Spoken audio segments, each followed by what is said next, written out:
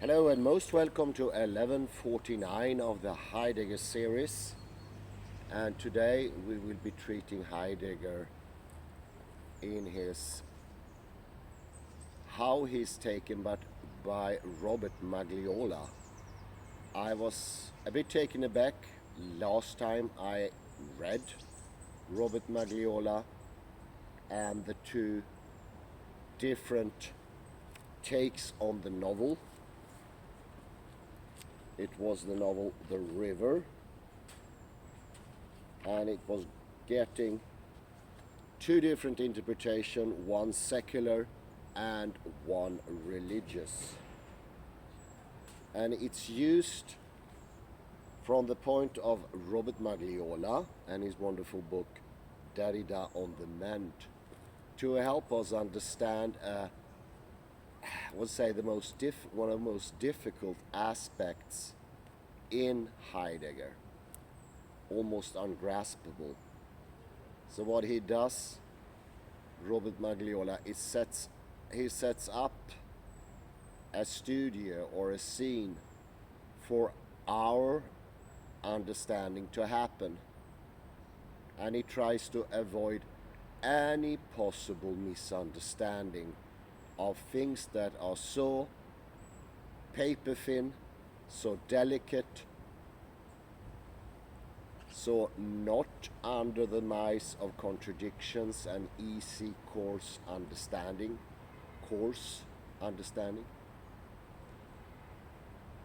Delicate understanding is called for here, because it is a delicate thing that Heidegger is trying to show us. He doesn't want us to follow him with a new philosophy. What he does want is for us to understand. It's almost like a gift.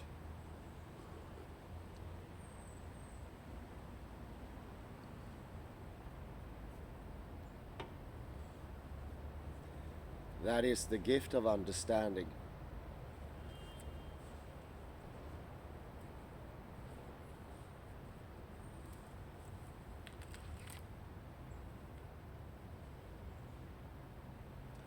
And it's chapter 32 of Being in Time. And I'm sorry it's going to be a bit of a repetition here, but there will be my own commentary at the end.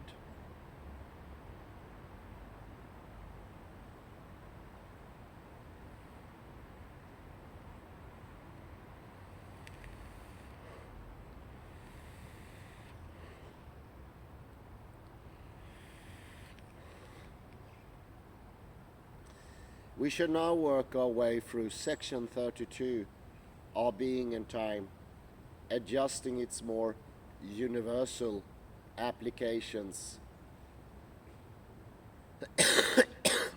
so they apply to literature as such. The start of the hermeneutical process begins, Heidegger, is the projection of Dasein. The projection of Dasein.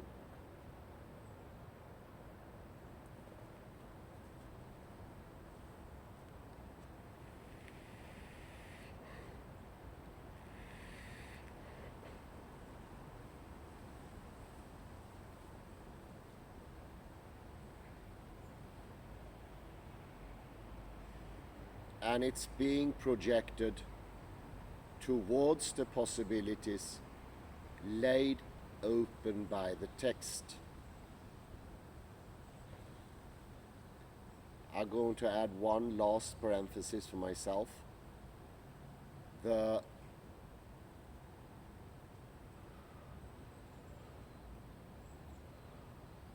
project is here not to understand this particular text, the river. It is to understand what Heidegger means with projection of Dasein.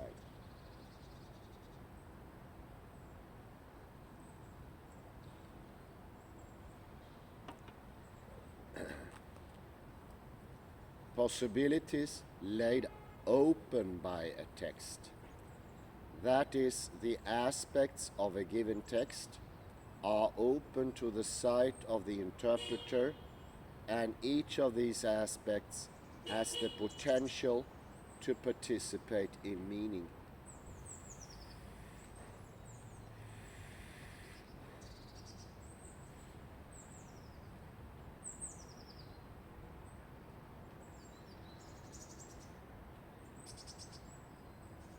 As long as the interpreter goes on to meet the aspects in question appropriately. The aspects then present possibilities for engagement in meaning.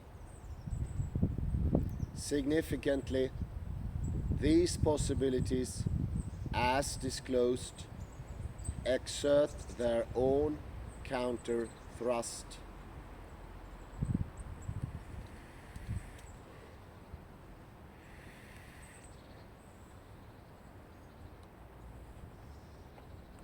This counter thrust collaborates in the mutual implication of interpreter and literary work, so that both belong to the same ontological field.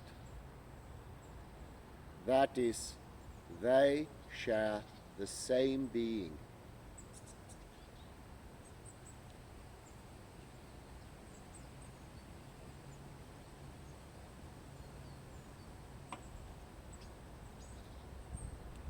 For Heidegger, in the first stage of hermeneutical activity, the critic is at one with a text.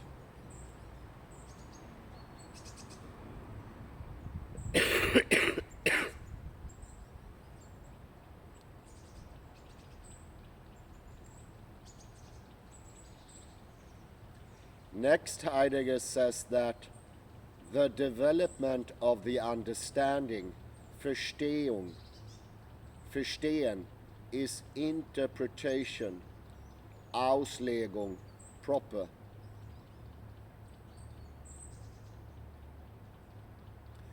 Though he will shortly describe the development more clearly, it suffices now to point out that by understanding he means the unitary ensemble wherein critic and text are one. And by interpretation he means a phenomenological description of this understanding. Heidegger attaches an admonition.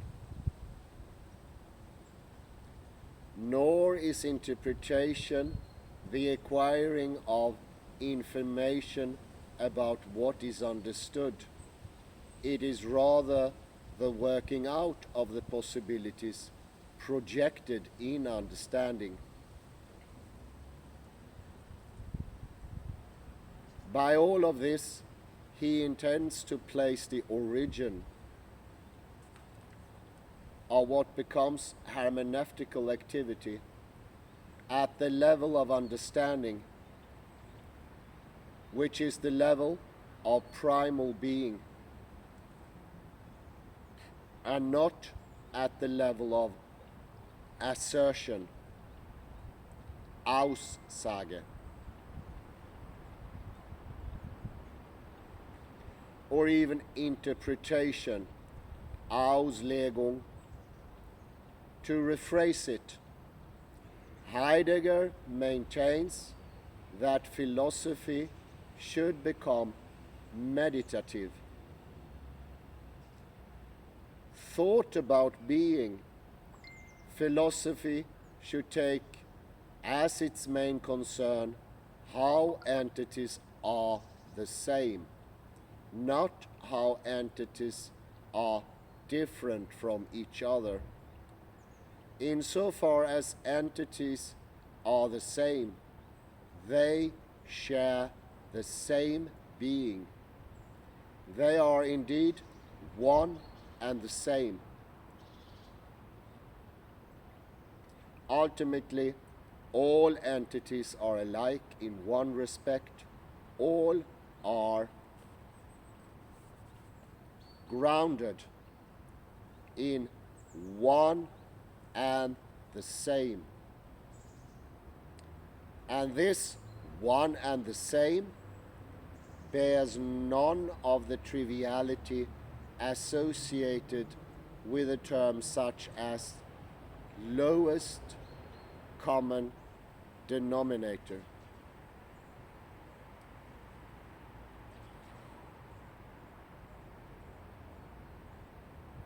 Rather, the one and the same is a vis primitiva activa, that is, an active primordial power.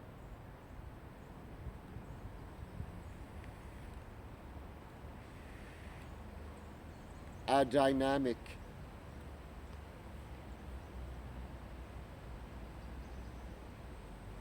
This dynamic is the origin of the individualities, of particularities, if you will.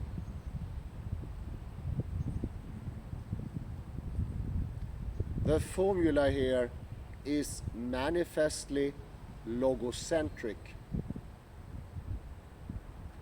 and logocentric in what Derrida calls a mystical sense.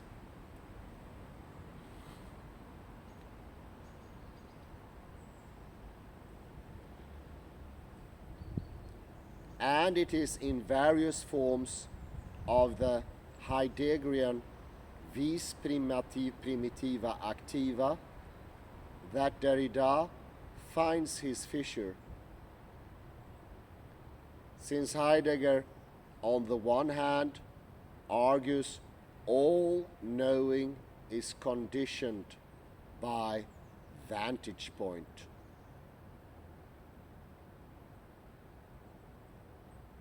yet on the other hand, argues that his intuition of being is complete. So all takes are from a vantage point, but at the very same time, it is complete.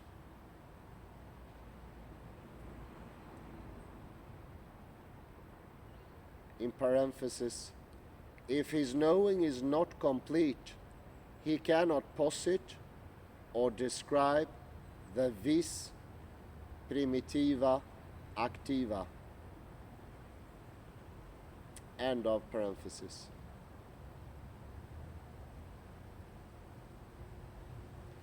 The vis primitiva activa originates meaning, or to employ even more abstruse Heideggerian terminology,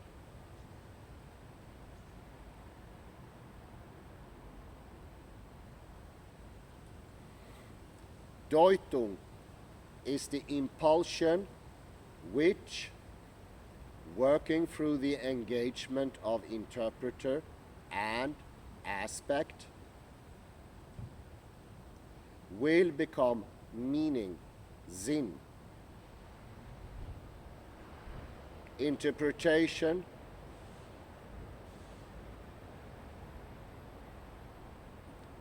what we call phenomenological description is literally a laying out of Deutung. So the latter is apparent. Assertion, Aussage, in and of itself is a propositional thinking. It deals with information and therefore with individual things in being, Seienden, instead of being, Sein. For Heidegger, hermeneutics is ontology. That is description of being the matrix of all being,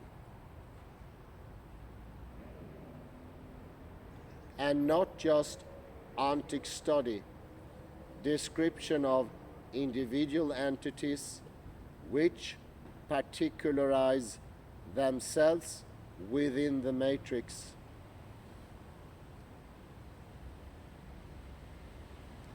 Assertion, as we shall see, divides the more holistic configuration, which is interpretation, into mutually distinct and isolable subject and object, and then utters truth statements which are measured by how well they match subject and object.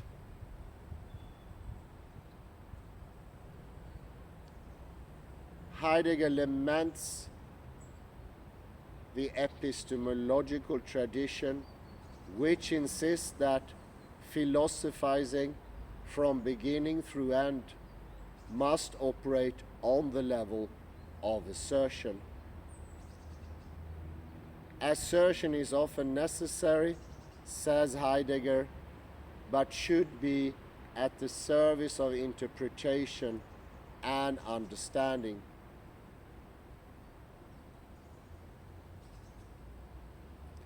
Otherwise, and this is the warning, thinking effectively cuts itself from the source of meaning. Heidegger's next attempt to ascertain what is common to all interpretation. Interpretation is the second level of hermeneutical activity and is descriptive, thus phenomenological, rather than propositional, that is assertional. Quote here,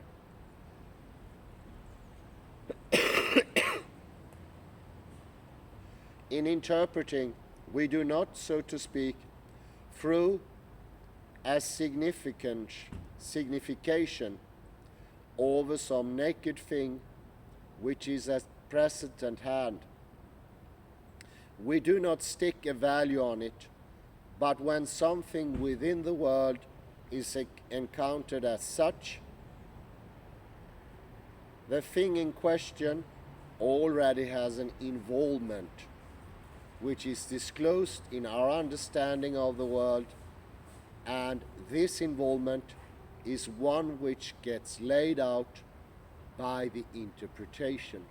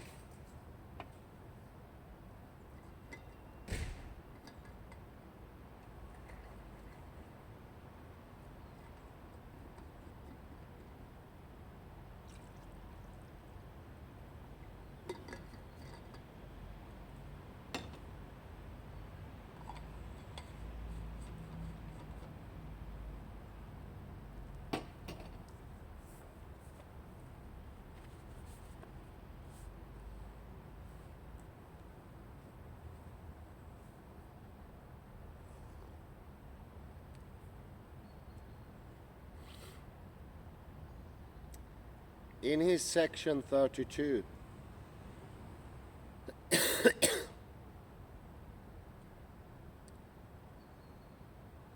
Heidegger's greatest contribution is a phenomenology of a phenomenology. Parenthesis, i.e., a concrete description of the second level which is itself a description of understanding. And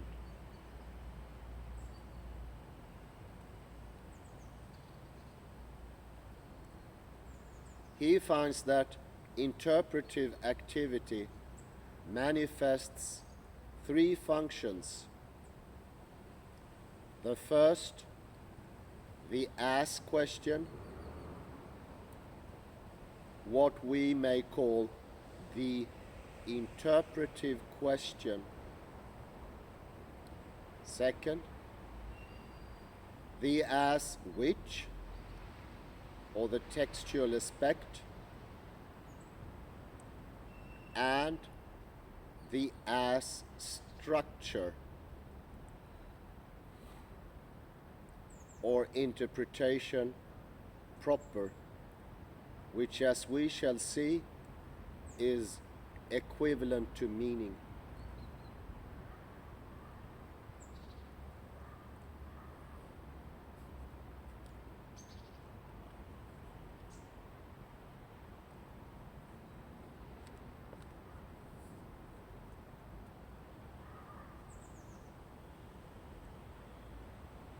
Regarding the interpretive question, Heidegger simply means that an interpreter is never neutral, but always approaches a text with an implicit or explicit question,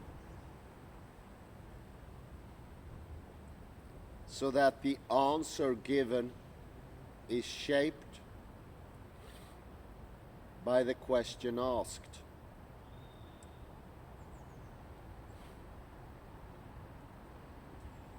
Quote,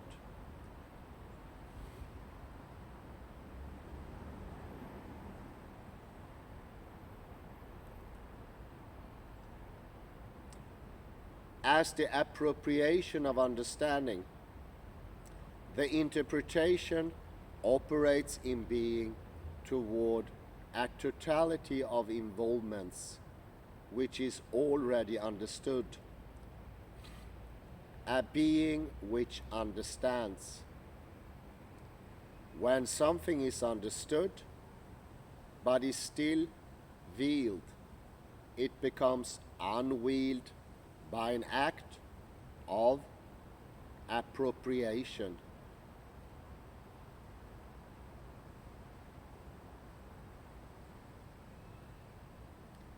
And this is always done under the guidance of a point of view which fixes that with regard to which what is understood is to be interpreted.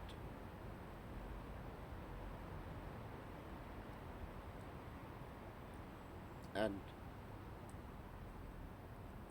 the next function of interpretive operation is the textual aspect, which the text proffers in answers to question.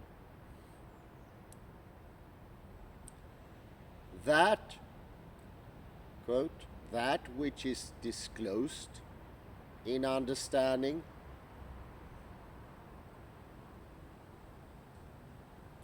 that which is understood is always accessible in such a way that its as which can be made to stand out explicitly.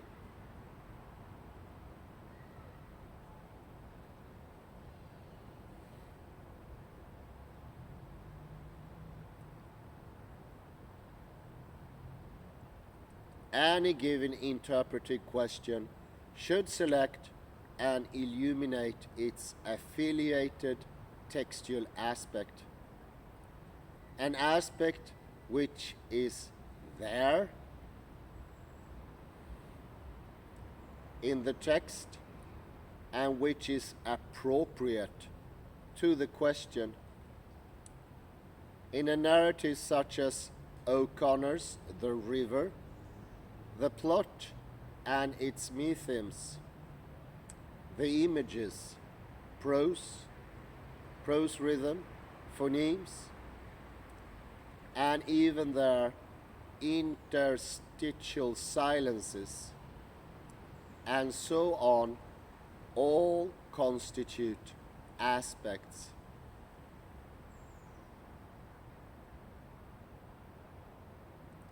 The third function of hermeneutical knowing is the as structure, the taking of something as something.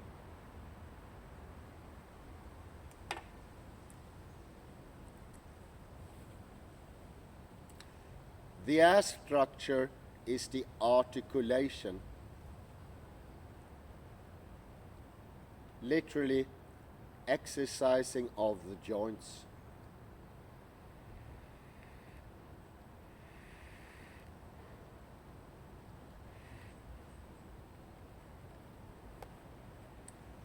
Or description of the joining together of interpretive question and textual aspect.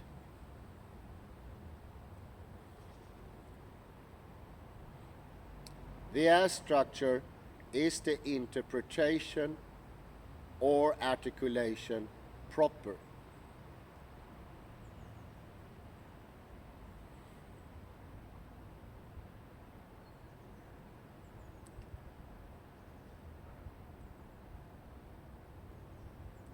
Quote, that which is understood gets articulated when the entity to be understood is brought close interpretively by taking as our clue the something as something. And this articulation lies before, liegt for, our making any thematic assertion about them. End of quote.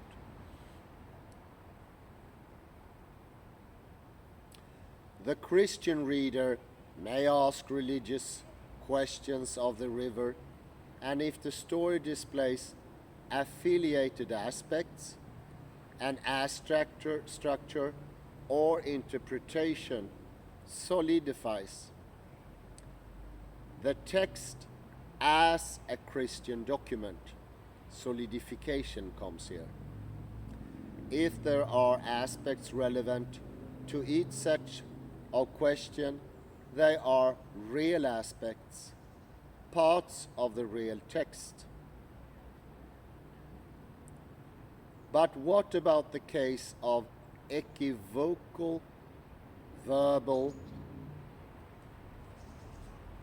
signs?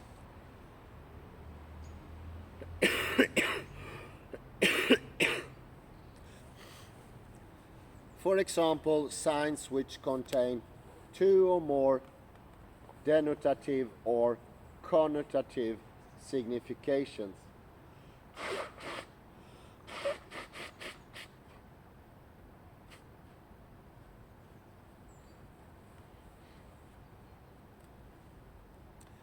A case in point is the noun bevel in the river.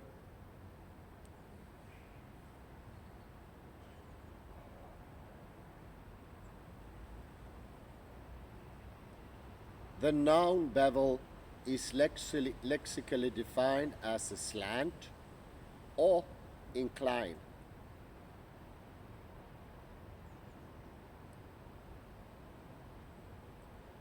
While the denotative significations of these two may be more or less the same, the connotative significations are very different. The secularist interpreter can choose the signification slant, negative qualities, and the Christian interpreter the signification incline, positive qualities. My point here is that within the logocentric frame of reference, the verbal sign bevel has two real aspects, and both of these are part of the text. One aspect is the typical phonic form of bevel plus the signification slant, and another aspect is the typical phonic form of bevel plus the signification incline.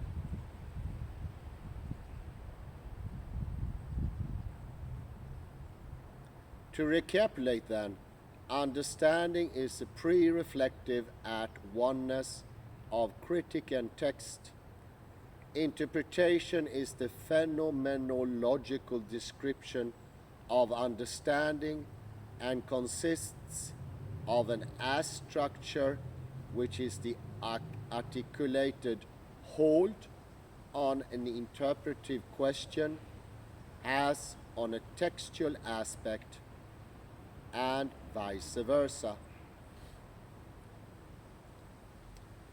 And finally, assertion is the logical language which abstracts from interpretation and classifies interpretation into concept. It therefore breaks interpretation all the way down into subject and object. And this is very important, the last one. It's the last stage. It is not the fourth stage. It is not even the middle stage. It is the last one in the process.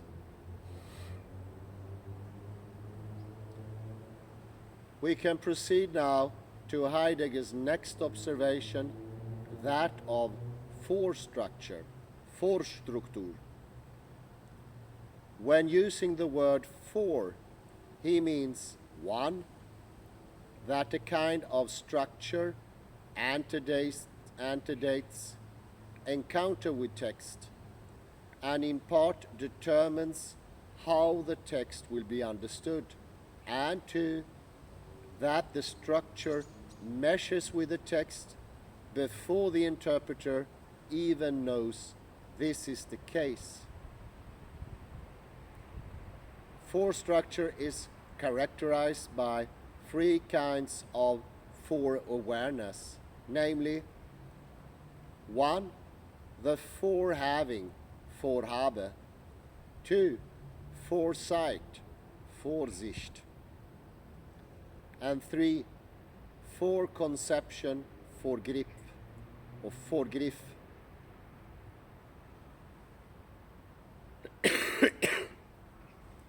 Fore-having equates with the first grasp a critic has on a problem at the level of understanding.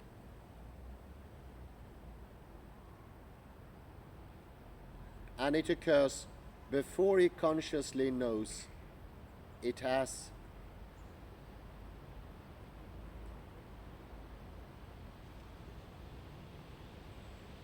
Heidegger tells us interpretation is grounded in something we have in advance, in a fore-having. Foreseeing adequates to the first interpretive grasp that the second level has on the first, so that this foresight takes the first cut out of what has been taken in fore-having, and it does so with a view to a definite way in which this understanding can be interpreted. Foresight occurs before the interpreter knows he has seen anything, and is shaped by the way of seeing his environment has encouraged.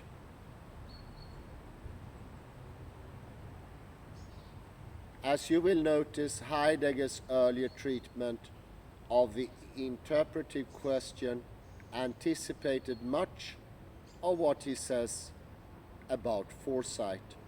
Finally, there occurs in some instances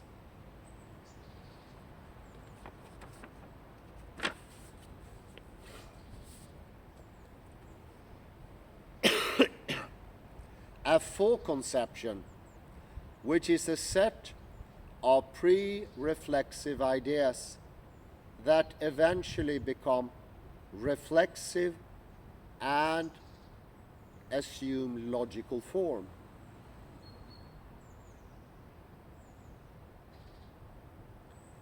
Fore-conception works upon the material of interpretation and transmutes into concepts.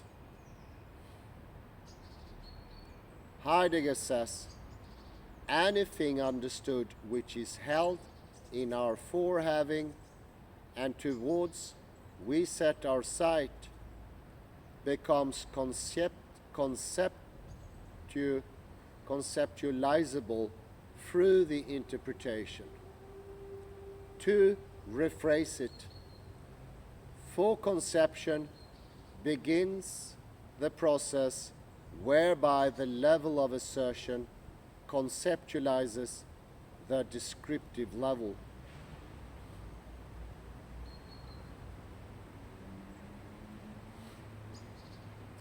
Heidegger next takes up the question of meaning, Sinn, and the related percept of the hermeneutical circle. Keeping in mind that articulation for Heidegger refers to the activity of the second stratum of awareness, second. So we can conclude from the following that meaning is precisely that dimension of understood being which can be described. Meaning is that wherein the intelligibility, Verständlichkeit, of something maintains itself, that which can be articulated in a disclosure by which we understand, we call meaning.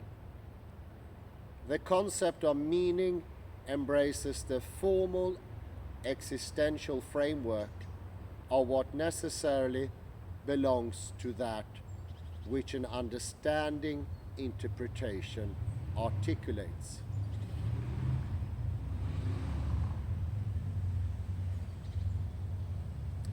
Meaning, in other words, is an as structure. That is number 3.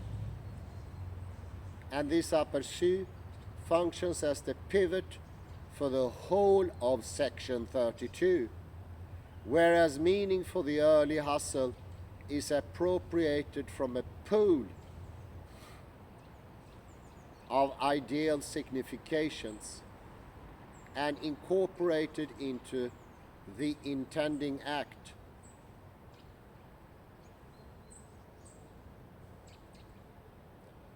Whereas meaning for Michel Dufresne is situated squarely in the intended object. For Heidegger, meaning is the holistic formation constituted together by the interpretive question and proper textual aspects. As for Heidegger's famous hermeneutical circle, in this context it refers to the circular movement from understanding to interpretation and back again. Any interpretation which is to contribute understanding must already have understood what it is to be interpreted. Very, very important. Heidegger grants that the hermeneutical circle is indeed circular, and that according to the most elementary rules of logic, this circle is a vicious circle. Why so?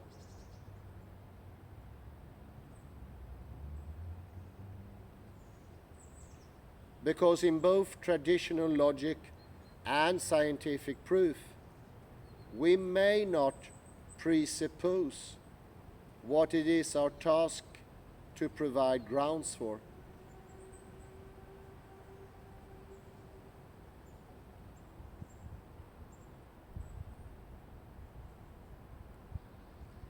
In his iconoclastic way, Heidegger continues, if we see this circle as a vicious one and look for ways of avoiding it, even if we just sense it as an inevitable imperfection, then the art of understanding has been understood from the ground up.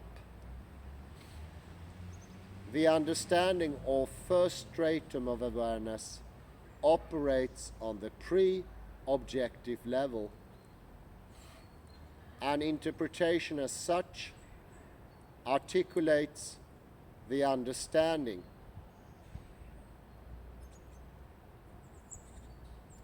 This relationship is what Heidegger means when, in the question cited earlier above, says that any interpretation which is to contribute meaning, is to contribute understanding, must have already understood what is to be interpreted. Interpretation presupposes understanding, but through the very process of articulation,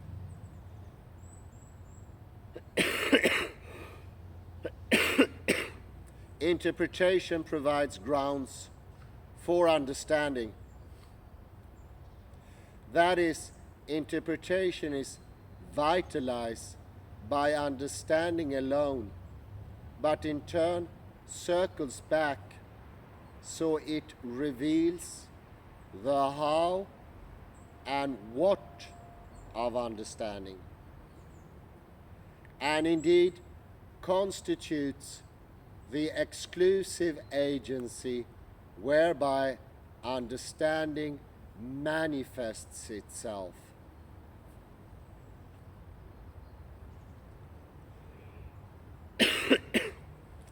Heidegger concludes section 32 with a very important discussion of authentic interpretation.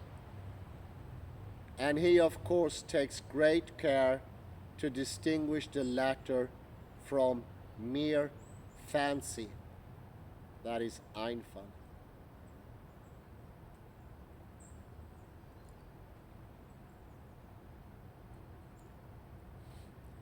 Heidegger's treatment of authenticity comprises the same range of issues subsumed under the notion of validity, Geltung, because the term Geltung conjures up for him the antiquated methodology of positivism,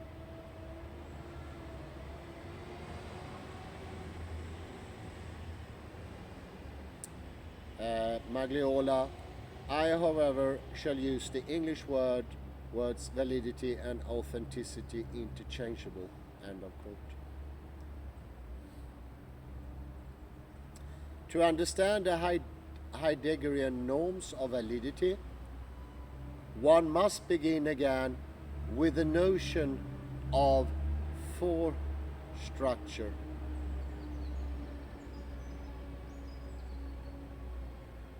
Recall that according to the first sense of this term, fore-structure is the psychological apparatus the individual brings to the text. For example, he may think in terms of English language, syntax.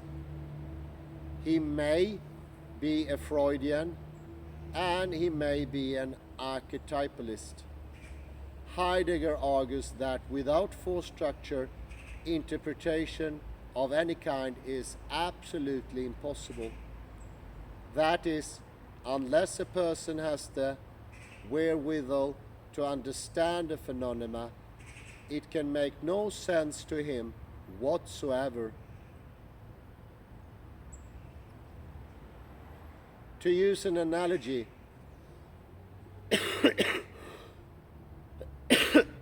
unless a person has a vantage point, he cannot look at something else, because he is simply unsituated or not there, or I add panopticon or origo or anything like that. The vantage point is at once enabling and blinding. It enables him to see some profiles of the something else, but not other profiles. The vantage point helps to structure the character of his view. And chances are, people standing next to him and looking in the same direction will have much the same experience of something else. But those on the other side of something else may see profiles that are very different or even contrary. Ethics, linguistics, philosophy, and other elements of fore-structure are psychological vantage points, as it were. Very important. Knowledge is a sort of vantage point. And it's very, very, excuse me.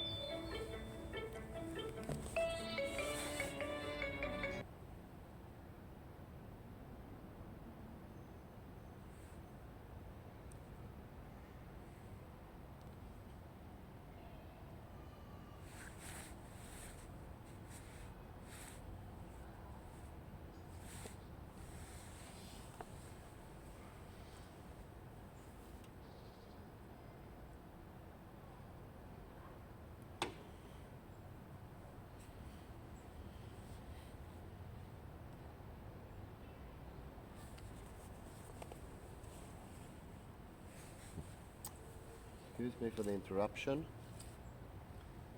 but it was good in a way because I got time to.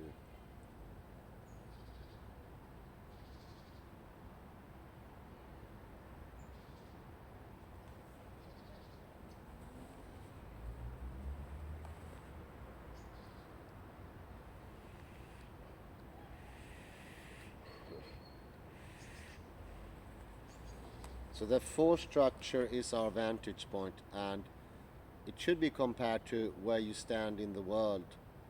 Think of the Japanese garden where you can only see 21 stones. It is not to show limitations that most Westerners think. It is just the opposite. Open up thinking to understand even more, to understand what is before. And I think that is in itself a very good clue.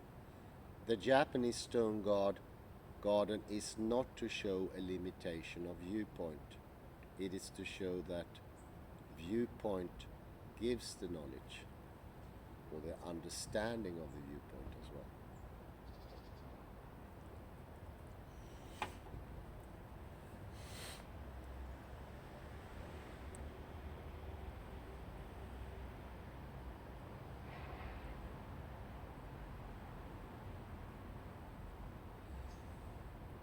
The vantage point helps to structure the character of his profiles.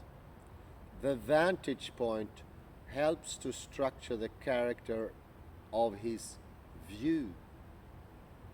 And chances are, people standing next to him and looking in the same direction will have much the same experience of something else. Very important. So fore-structure is essential to interpretation. If you want to make that clearer, it is obvious that the tools of understanding, for instance, shown by Barbara Tversky or Lakoff Johnson, needs to be put in use. It is not negative, it is essential. It's absolutely essential. It would otherwise be like trying to fix a car without tools. or a saw.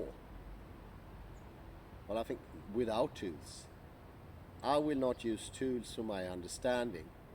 To say that is actually what the logical positivists are saying, and most people today.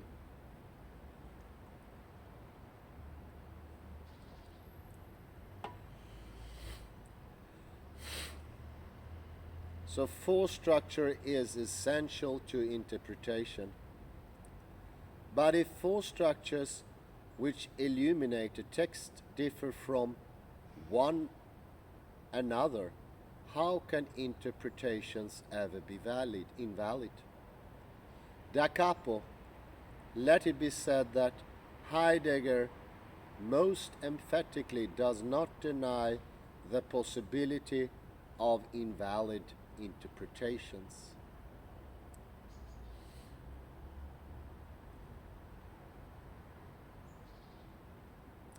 Again, the crucial stratum is the interpretive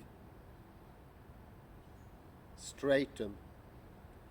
Again, the crucial stratum is the interpretive stratum, which falls midway between the pre-objective awareness of the first stratum and the objective awareness of the third. The second stratum, in other words, does not dichotomize experience into subject and object, as the assertive level does. But neither is it as unitary a phenomenon as the level of understanding. After all, as soon as one talks of an ask question issuing from the interpreter and of an as-which offered by the text, one is talking in terms of a dichotomy. But the second level, in its essential construct, does remain true to the experiential unity found in understanding.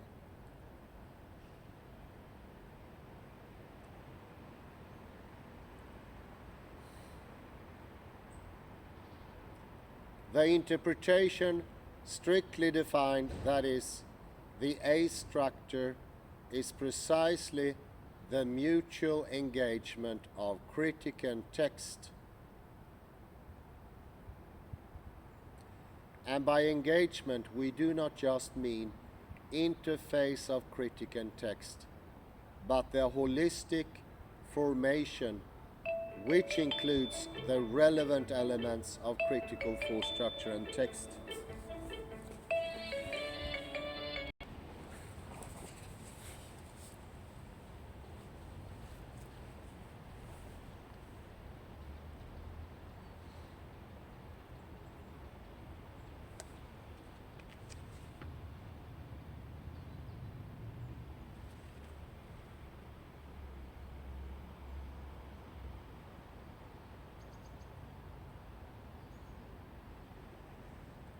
After all, as soon as one talks of an ask question issuing from the interpreter and of an as-which offered by the text, one is talking in terms of a dichotomy.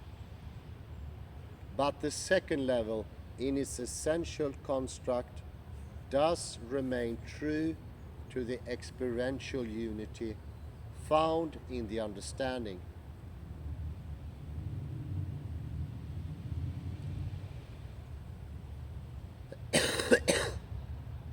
The interpretation strictly defined, that is, the as structure, is precisely the mutual engagement of critic and text. And by engagement, we do not just mean the interface of critic and text, but the holistic formation, which includes the relevant elements of critical force structure and text.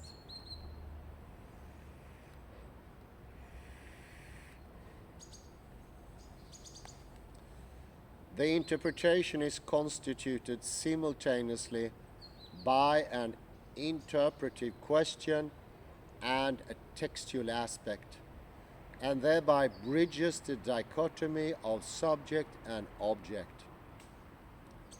The as structure, in short, is a unitary phenomenon.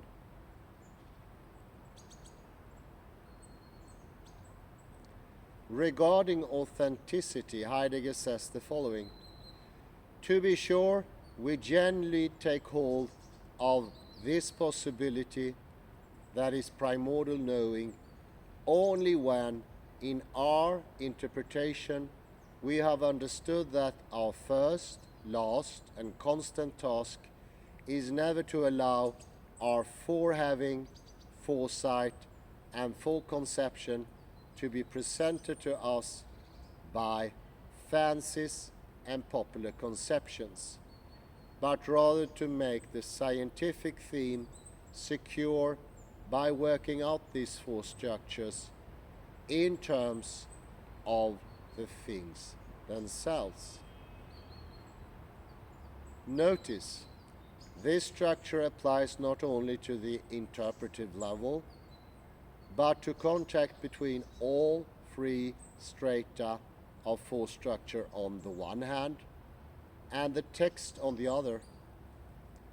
In fact, earlier Heidegger spoke of the same requirement in regard to conceptualization, for conception, warning the thinker not to force the entity into concepts to which it is opposed in its manner of being. Heidegger is saying that the particular ask questions appropriate to the phenomena at hand, and not inappropriate ask questions as fancies and popular conceptions, which do not suit the phenomena, are essential for validity.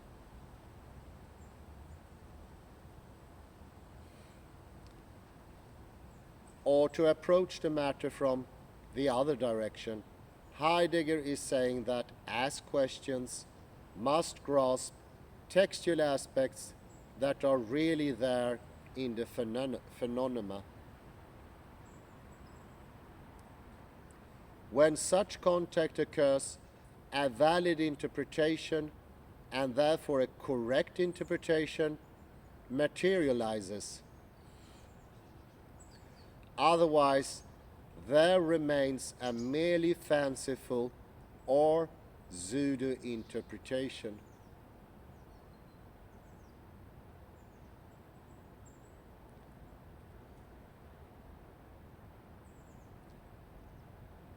Since being exhibits itself precisely in and through meaning, and meaning is interpretation, a valid interpretation is by necessity true. To have several valid interpretations of a text, then, is to have several true interpretations, each of them determinate and self-identical. That is to say, each exegesis discloses a different aspect of literary work, which by nature has many aspects, and each combination of question and relevant aspect is a truth.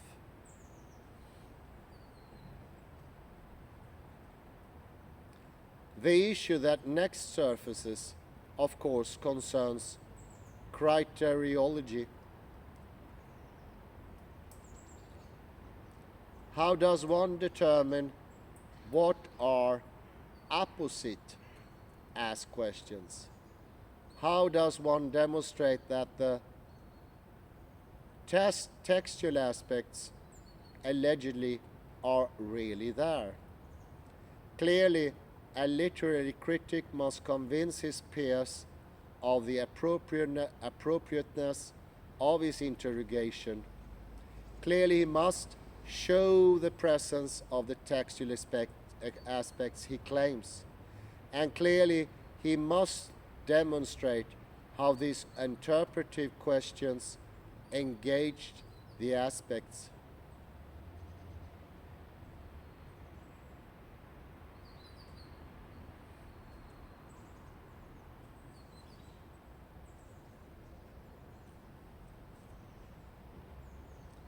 I shall address the conditions which characterize the making of a case for an interpretation, and I shall, within the Heideggerian purview, defend Heidegger as long as one grants his broader premises from all accusations of relativism. Heidegger is customarily attacked for the very wrong reasons. In other words, and Derrida's deconstruction of Heideggerian Tao comes elsewhere.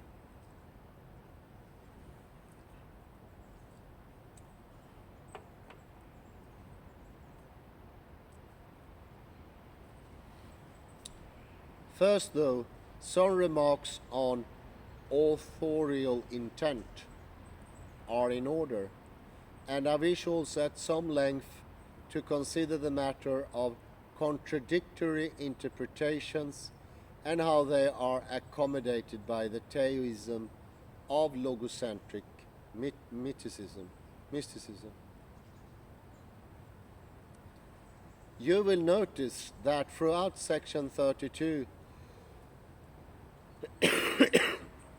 Heidegger ignores the relevance of authorial intentionality, that is, the significations the author related to a text when he created it. Hans Georg Gadamer, Heidegger's disciple, goes on to strictly exclude the relevance of these significations. In Truth and Method, Gadamer says, the mens auctoris is not admissible as a yardstick for meaning of a work of art. And in another book, he repudiates the tradition of objective hermeneutics and its quest for the author's signification. All that Schleiermacher and Romanticism reports to us on the subjective factors of comprehension seems to us unconvincing. When we understand a text, we do not put ourselves in the place of another, and it is not a question of penetrating the spiritual activity of the author. Since in his practical exegesis of literary writers and others, Heidegger often does involve the author's willed significations for a word or passage, it seems safe to conclude that Heidegger's position is more inclusive than Gadamer's. A critic may ask an authorial ask question, but he need not.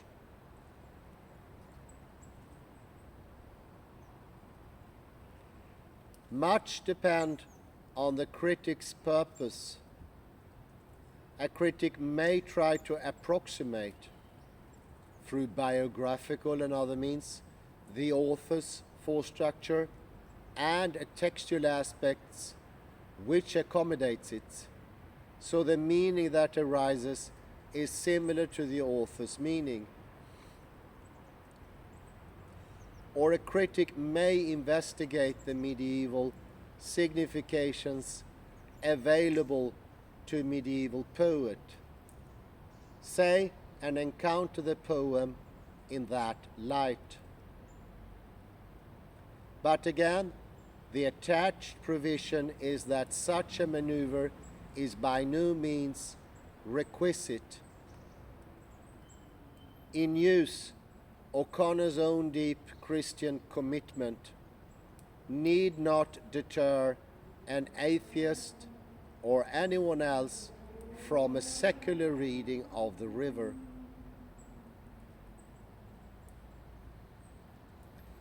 Biographical and historical critics incorporate their research data into fore-structures and bring these structures to bear on aspects of a work. Conventional Christian, Jungian, and other critics operative within logocentrisms exercises their own distinctive options, dependent on other values and other kinds of research. At this juncture, I call to the reader's attention that throughout this stage of our study, the way I have laid out, that is ausgelegt, the above issues, the structure of hermeneutical activity and so on, is itself Heideggerian and phenomenological. Obviously, I have not tried to argue in a way a logical atomist does or a logical positivist does. Rather, with the aid of the Heideggerian ask questions, I have described what one sees if he collates the practical criticism of many reputable critics identified with many critical schools. He invariably sees fore-structures and textual aspects in collusion or attempted collusion.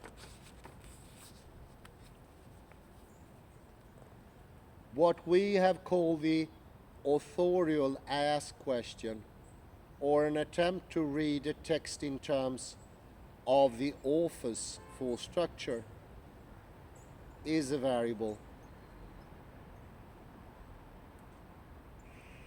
Sometimes it plays a role in a given critique, and sometimes it does not.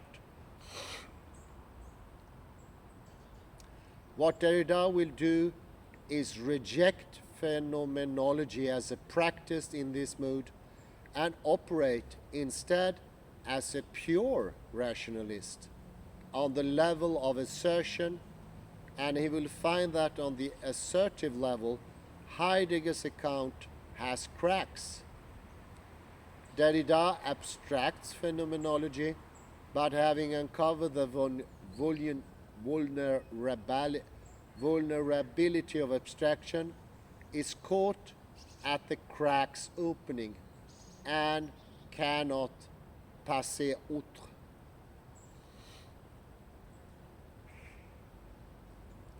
As I have already indicated, I shall treat anon the functions of verification used by logocentric critics.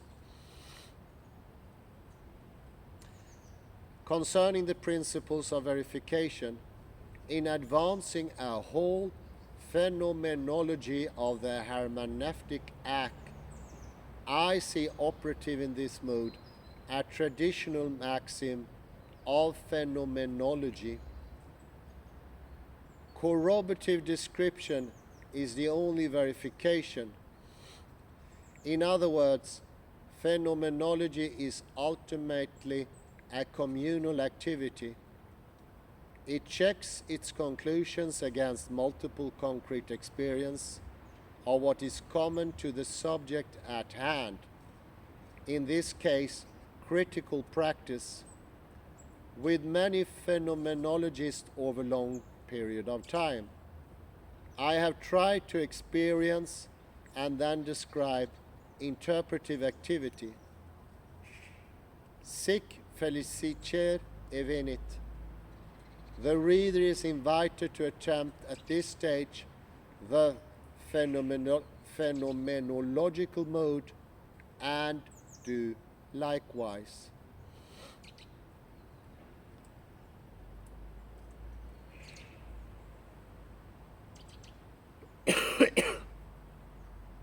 The reader may further ask, what is the status of this very essay of mine? First, I call to your attention that this sequence manifests the aspect of an assertive paper. It operates primarily on the level of assertion, so it is not just a Auslegung, in this case, description of hermeneutical activity, but Aussage, explaining or making of a case for the embedded description. And I usually choose to make the case by the phenomenological means.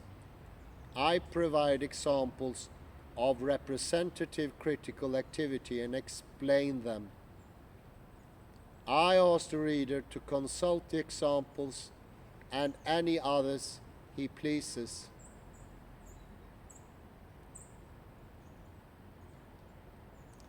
Expository assertion, the kind of Aussage which this undertaking purports to be a kind, is by nature concerned with authorial intent. In this case, the significations Heidegger attached to section 32 of Sein und Zeit. So I consistently ask the authorial as question. But for that matter, part 2 of this book is far from true philosophizing in the Heideggerian sense, the deep meditation on being, and hopes to perform just a humbler ancillary service.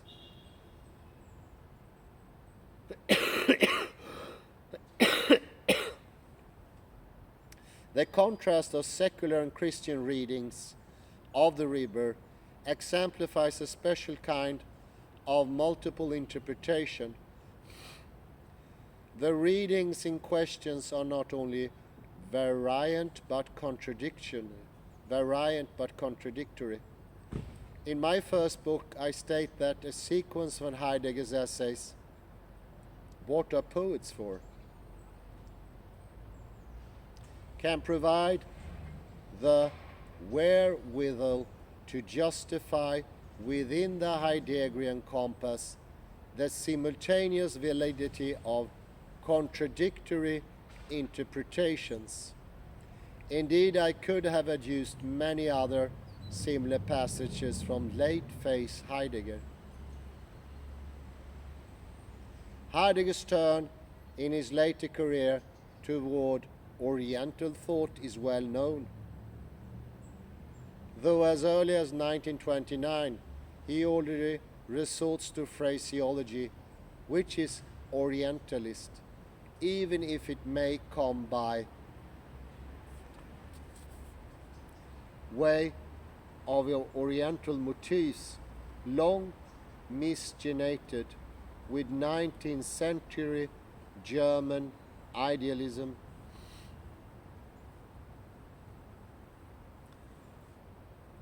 Witness the passage in his Vom Wesen des Grundes. The self can yield up the I in order to achieve its true self. How very good. A dialogue of language originated in 1953-54 on the occasion of a visit by Professor Tezuka from Japan, and the dialogue demonstrates the affinities of Heideggerian and Japanese attitudes toward poetic language. Moreover, the very respected Chang Chung-yan, whose earlier work on Chinese philosophy, poetry and art moved Heidegger to express his admiration, has written a new translation of the Tao teaching, accompanied by commentaries which draw extensive comparison to Heideggerian thought. Let us begin with the quotation cited originally in my book from Heidegger's What Are Poets For?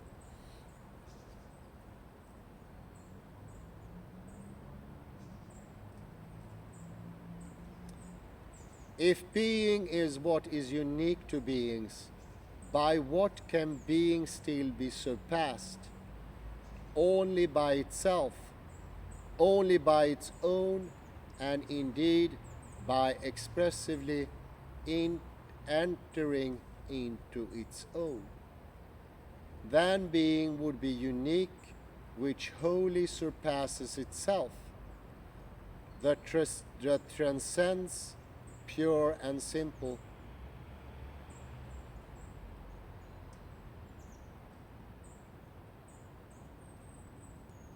But this surpassing, this transcending does not go up and over into something else. It comes up to its own self and back into the very nature of its truth. Being itself traverses this going over and is itself its dimension. When we think of this, we experience with being itself that there lies in it something more belonging to it, and thus the possibility that there too, where being is thought of as a venture, something more daring may prevail than even being itself. So far as we commonly conceive being in terms of particular beings, being as itself spans on its own province, which is marked off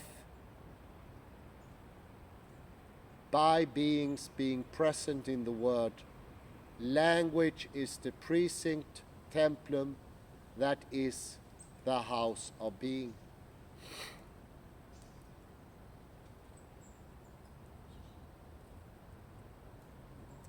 A really substantive grasp of the above passage can only be had in the light of Heidegger's treatise, The Question of Being, which, with other late treatise, Identity and Difference, sum up Heidegger's last appraisal of being. And the reader is urged to read these two treatises, both quite short. The passage quoted above first attests to the surplus which characterized being. Indeed, Heidegger's phraseology throughout the two paragraphs recalls the medieval notion of bonum diffusivim sibi. Yet we know individual beings, on the level treated by Aussagen, are often contradictory. Nonetheless, being is what is unique to beings, argues Heidegger. So each being shares in the transcendent being, the transcendence pure and simple, which is at one and the same time immanent in the individual being. The surpassing, which is overarching being still, enters into its own. Thus, as early as Sein und Zeit, Heidegger repudiates inquiries into being which are tiefsinnig, deep. That is, tiefsinnig in the sense that they deduce or speculate about being because they fail to recognize being is at work and to be experienced. But the being which enters into its own also surpasses, with the enormous consequence that the more which is universal being subsumes all contradictions into itself.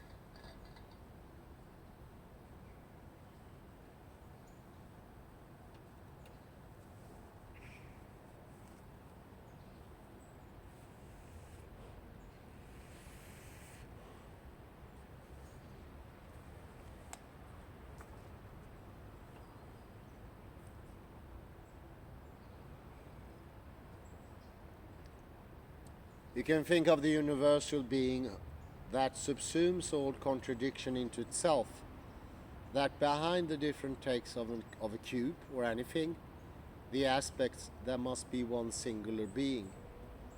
It has its singularity, it has its being, but its being cannot be seen.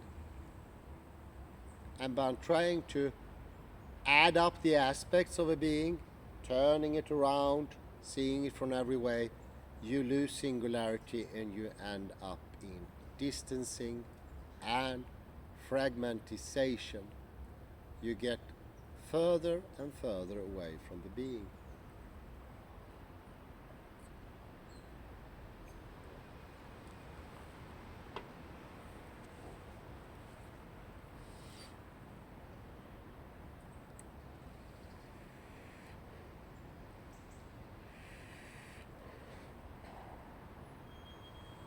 What are logical contradictions on the level of Aussage are organized into a holistic formation?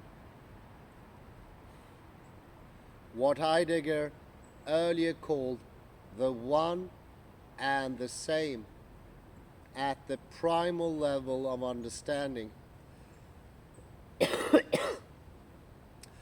As a result, contradicting elements as unique entities can be simultaneously valid since they are emanations, if you will, of the one being.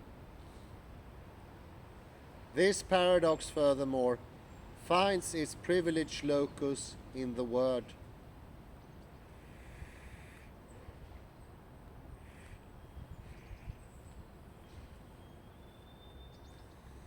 Being ventures language, and language becomes the house of being.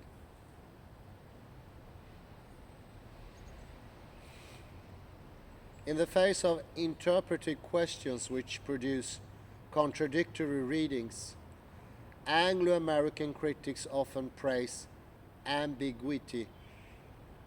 These critics are in fact affirming the mystery of which Heidegger speaks. When two or more readings argue solid but irreconcilable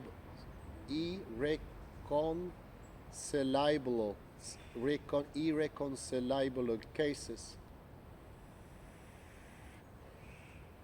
these critics rest in awe before the spectacle, confident that at a deeper level of experience, the interpretations bespeak the one and the same. I say deeper level of experience advisedly, because as Chang Chung Yuan testifies, and as even I and some of my colleagues can testify, this oneness can be experienced on the level of logocentric mysticism. And with this experience, the interpreter circles from the phenomenal contradictories to phenomenological oneness and back again. And the aesthetic, that which involves beauty, tensions as well as ontological tensions, which arises from all this interplay, are dazzling indeed. On the phenomenal level, contradicting interpretations both lure and elude each other. Like coquettes fixated in hypnotic dance. Yet at the phenomenological center, this dance, which Roman Ingarden so beautifully calls opalescent multiplicity, dissolves in the one and the same.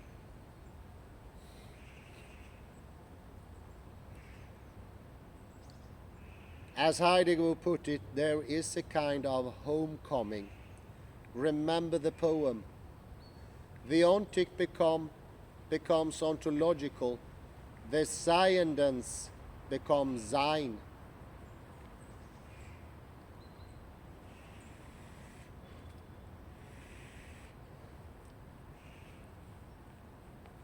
As demonstrated at length in my earlier book, Heidegger's theoretical writing on literary texts gives short shrift to the relevance of author's personality. Poetic language summons the world of Dasein, a world where the primordial powers of sky, earth, divinities, and mortals intersect. And this world is mutually implicated with the realm of things as things.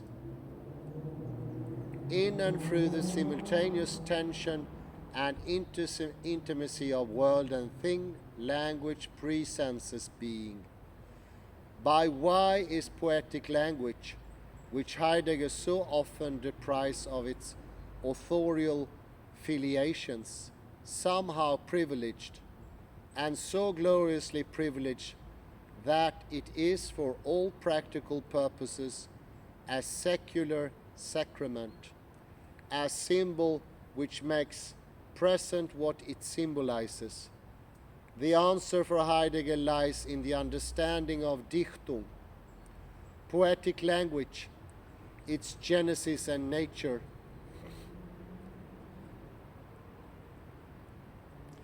According to Heidegger, Dichtung and meditative philosophy is a kind of Dichtung, and vice versa, is the most human of all activities.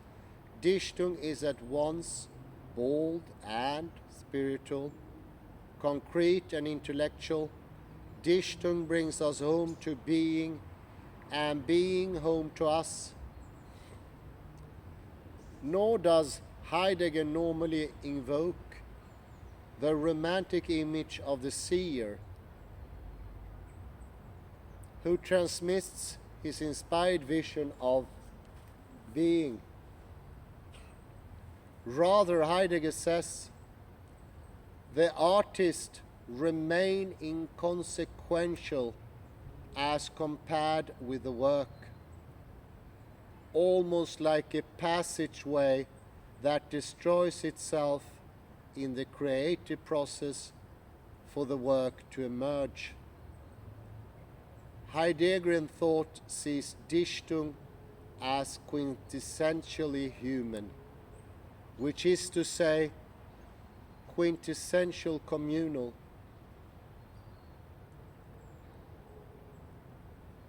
Remember, Heidegger is not the isolated existentialist, but he is an ontologist.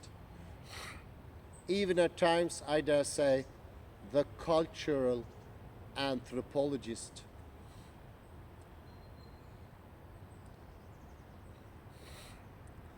Being beings itself in the human being, since human beings gather the world and things, and the quintessential display of communal human being, and therefore of being, is Dichtung. Heidegger's attitude towards contradictories approximate the essence of Zen described by the famous Orientalist R.H. Blyth.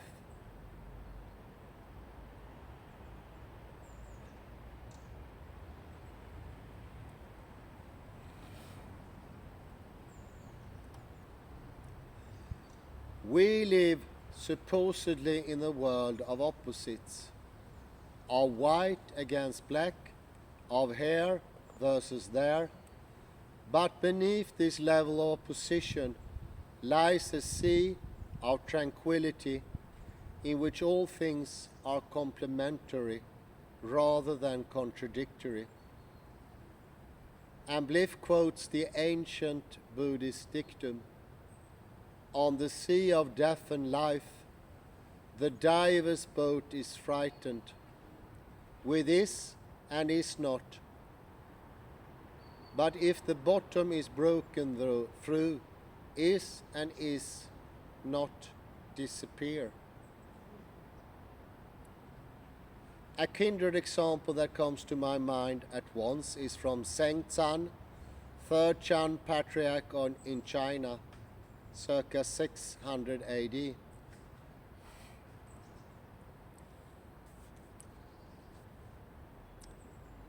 At least thought of is and is not. There is chaos and the mind is lost. In its essence, the great way is all embraces. Many other passages in both Taoist and Buddhist tradition make it clear that so monist a vision is not intended to undermine the particularities and even contradictions of the phenomenal world.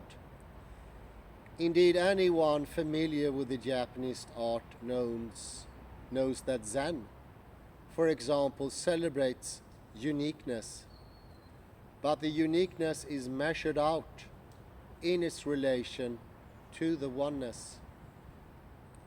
And this is precisely Heidegger's idea too. It is crucial to keep in mind, however, that Zen, which parallels Heidegger, is what I call centric Zen, as opposed to the differential Zen treated in my part 3, and that Nagarjuna's Buddhism is not logocentric at all. Centric Zen. But perhaps some further clarification is in order.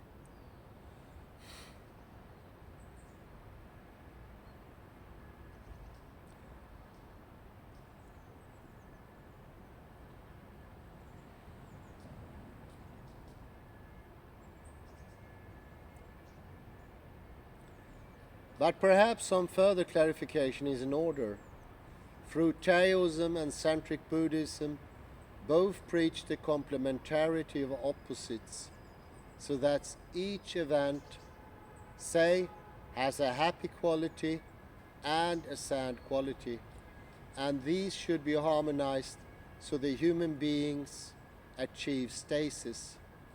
It is not this principle as such which concerns us here, for this principle would have as its analogy the phenomenon of multiple or variant or disparate literary interpretations, where textual event may conceivably profile various complementary aspects. An event may be simultaneously erotic in a Freudian way, politically aggressive in a Marxist way, and still aesthetically holistic in an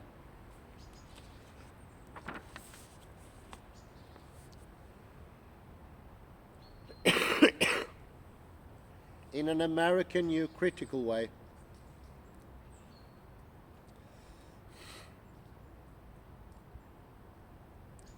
Many of the complementary oppositions can be what are technically called contraries, as happy quality and sad quality attributed to the same textual event can function as logical contraries.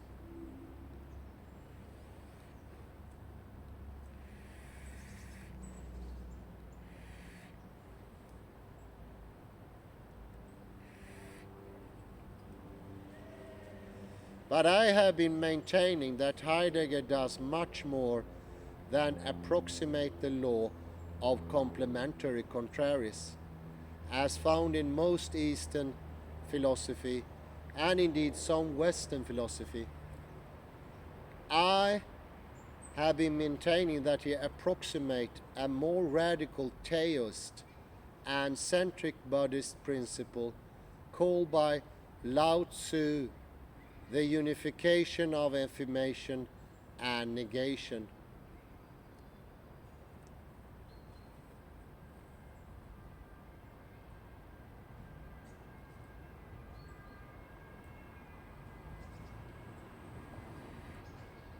and illustrated by Lao Tzu's phrase, "Great white is as if it is black."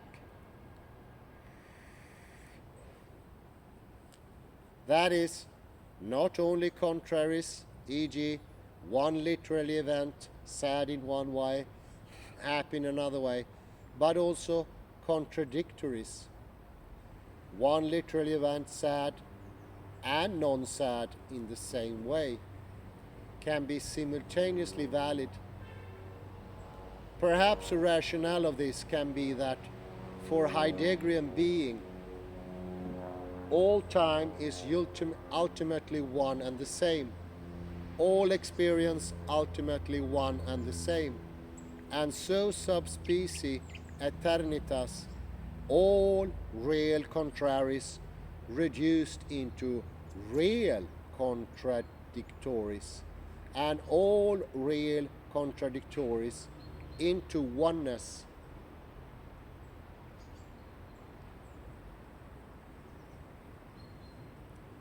Yet again, up from the oneness, s'éjalsent the glorious multiplicities. Notice that I use the word real above advisely, because for Heidegger not all contradictories are simultaneously valid. In many cases, one interpretation is simply true, and its contradictory is false. But more of this later.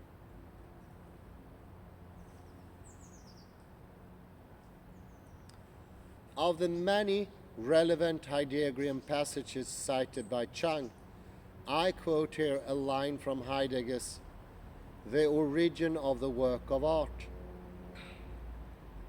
This rift carries like the opponents into the source of the unity by virtue of their common ground.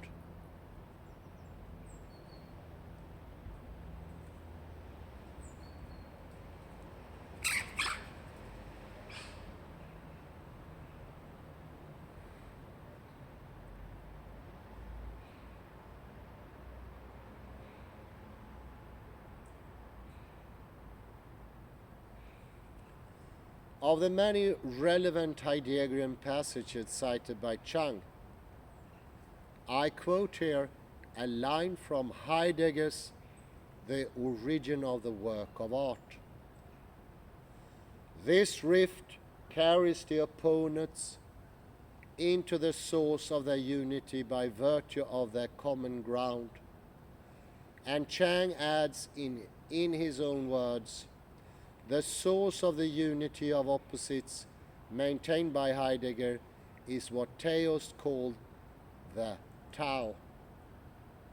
If one recalls that thinking as consciousness, or pour soi in European philosophy, is the contradictory of being, then Chang is correct in recognizing the iconoclasm of Heidegger's reinterpretation.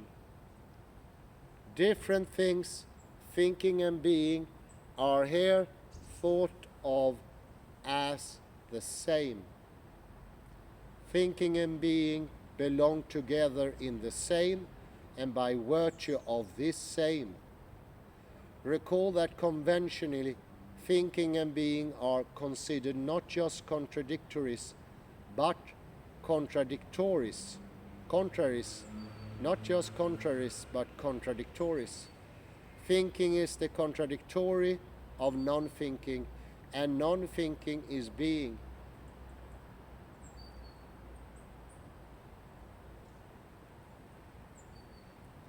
In other words, Heidegger is affirming the identity of these contradictories. For much further evidence from Chang, see the footnoted references. The superb irony, of course, is that here we see Heidegger deconstructing the first phase, logocentric rationalism, and in part 3 we shall see the Heideggerian sort of logocentrism likewise deconstructed.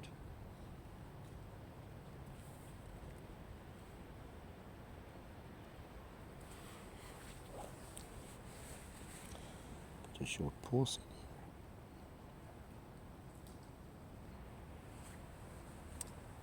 So, the summary and commentary. And as you probably gather by now, he is looking for unity, one thing. And the best way to understand that is in ordinary life we don't have one thing. We have only the sides. One hint could be to see that if we take the vantage point that we usually don't, a possibility of achieving this unity could be possible. But that is not exactly what is the point. But it could still be a hint. Most pedagogical or didactical tools one will understand later are partly wrong. But they could help one into the right direction.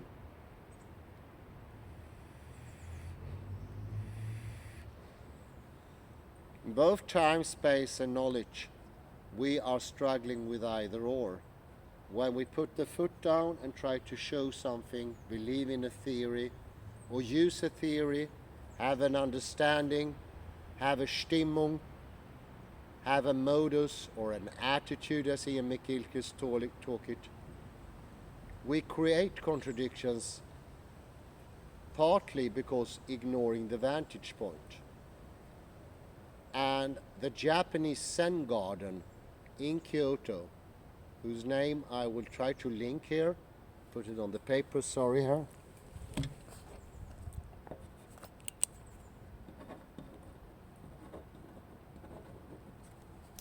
Is a centrist Zen garden. It points to unity, not fragmentization. It picks oneness. That doesn't mean we don't have distinctiveness, as Robert Magliola so clearly writes out. That is very important. But we are fragmented in time. We define now in logocentrism as its ordinary taken as what is not past or future. That Heidegger means that there is a true now, a true past, there is a true object. There is oneness achievable, since you understand it. But it needs for you to do three things at the same time, which is usually something that is seen as being impossible. To keep simultaneously in mind the as question, the as which, and the as structure. That is important. So our unity is to do with our single-mindedness. And one could assume that the history of single-mindedness has developed in the West as we've been ignoring the Seinsfrage. And we haven't looked into that we really don't see one object.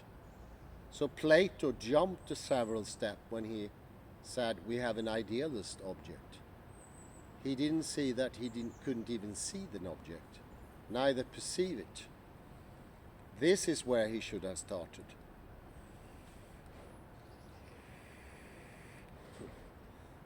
His solution is misguided from the very outset.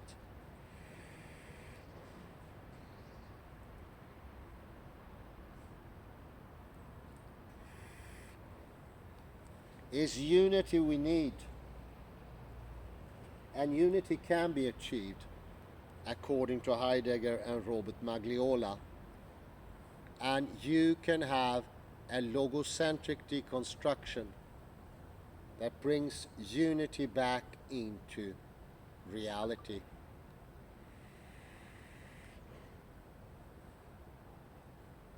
And the most important part in Magliola's writing is the beforehand.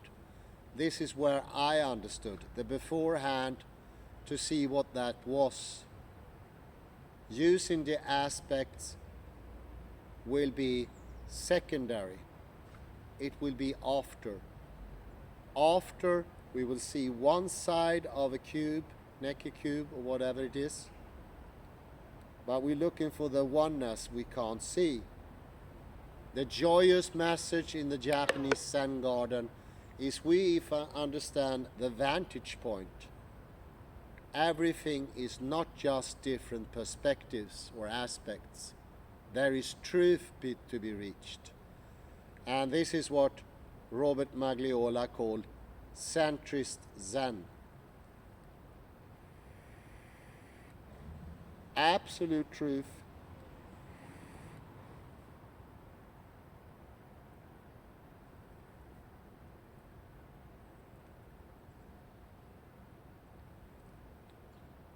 And that is not the sum of all possible aspects and interpretations, because they come temporarily after. It is not even similar, since in a way, as a hint, one can say that the before contains the borders, the distinctions, the differences, as well as the inside as substance, content, essence.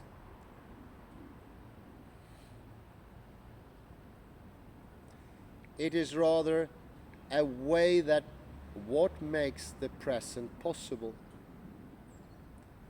to come out of its hiding. We block it out by seeing just one side.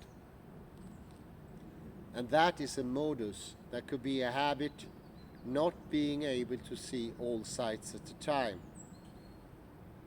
Sort of an indication.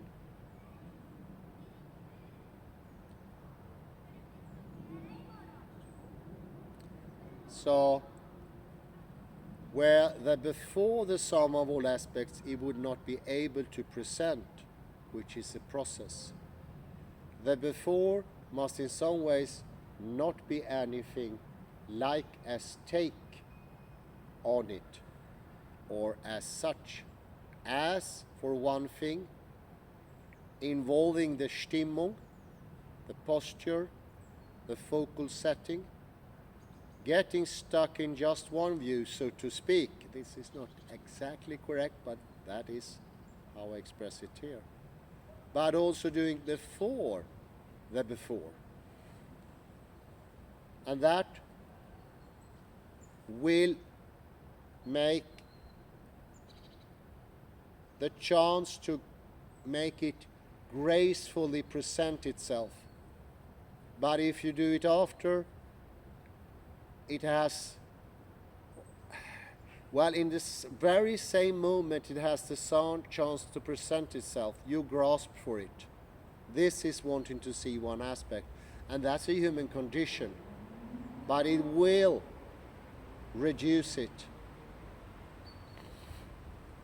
And then you will be sitting there with an existence, with an stain, and you get a fragmented, contradictory world with all the existences, millions of them, nothing in common and no understanding.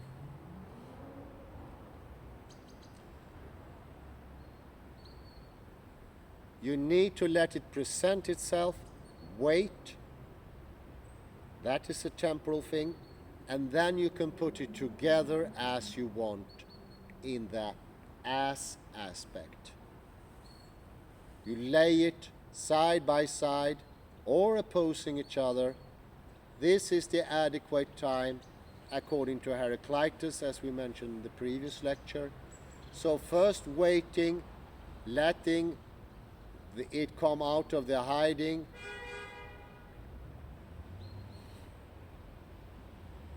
and then you have time to ponder it.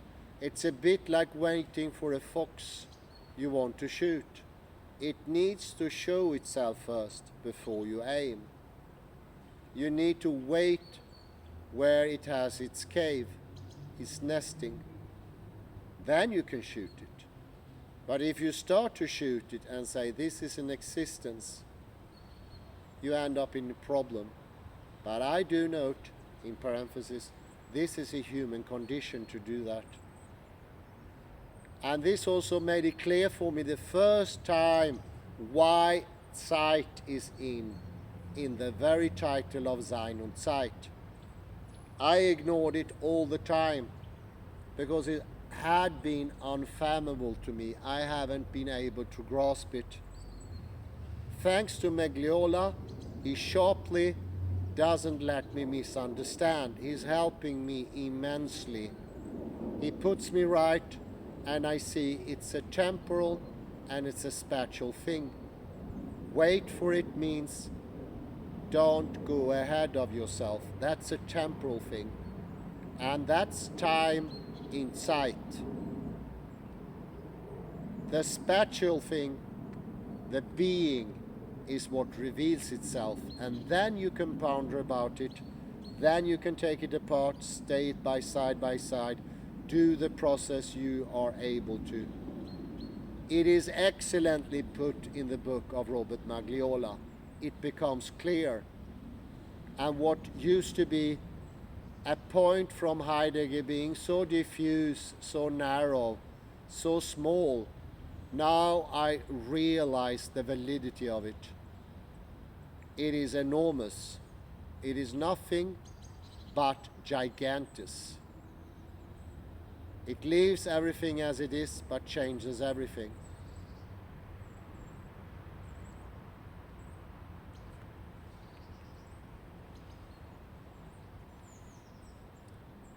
A help can be in McGilchrist, who writes the way of preemptively grasping is typical of the left hemisphere. He wants to understand too early, and he puts it into boxes. Boxes is not a good metaphor, because you don't have the cube. You don't have the Necker cube when you do that. You actually lose it. You lose the object. And that is the absurdity of it. But it is a mood. It is an attitude, a Stimmung of the left hemisphere to too early grasp presencing and not letting it show itself. And then you might even skip the very important way of understanding. The tools you have to take it apart, lay it side by side, analyze it, intellectualize it. Maybe even that second part gets skipped. If you don't skip it, and if you let it present yourself, you will enter into the cosmic order as presented by Heraclitus in his fragments. You need to get access to the Stimmung, so you need to do two things at a time. See where you are situated and understand what way do you understand things. So both what you understand and in what way you understand. Where you're standing and what you're looking at. That's a simultaneous thing, and that's connected to time. Our one-sidedness is what hinders us. And the first step is to understand that there could be more than one side. Then to achieve it, that takes training without a doubt. We are not used to it. We are used to our Stimmung being in all different positions and taking them to be objective or something like that, like the positivists are doing.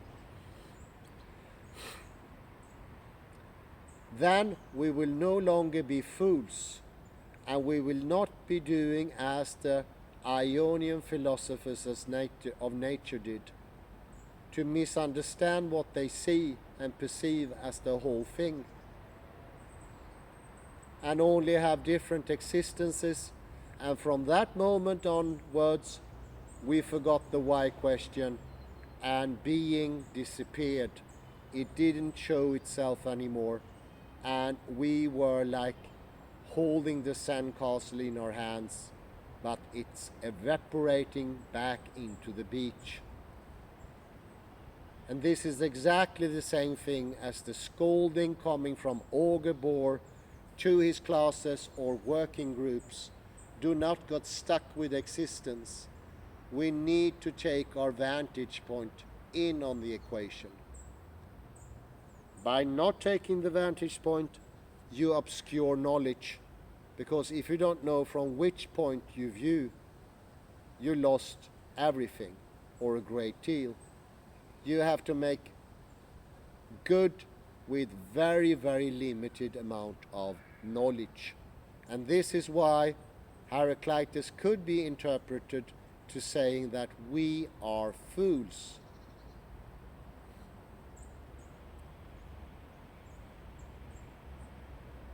And this is, of course, the same reason why mathematics by itself makes itself into existences, thereby limiting mathematics. And I now realize constructive mathematics is more objective because it takes the vantage point into consideration. It is more encompassing without evoking the panopticon. Because there was a scare on me. If it's more objective, aren't the constructivists or the ones who criticized, for instance, Gödel, are they not saying that there is some sort of panopticon lying about? No, it is really more objective.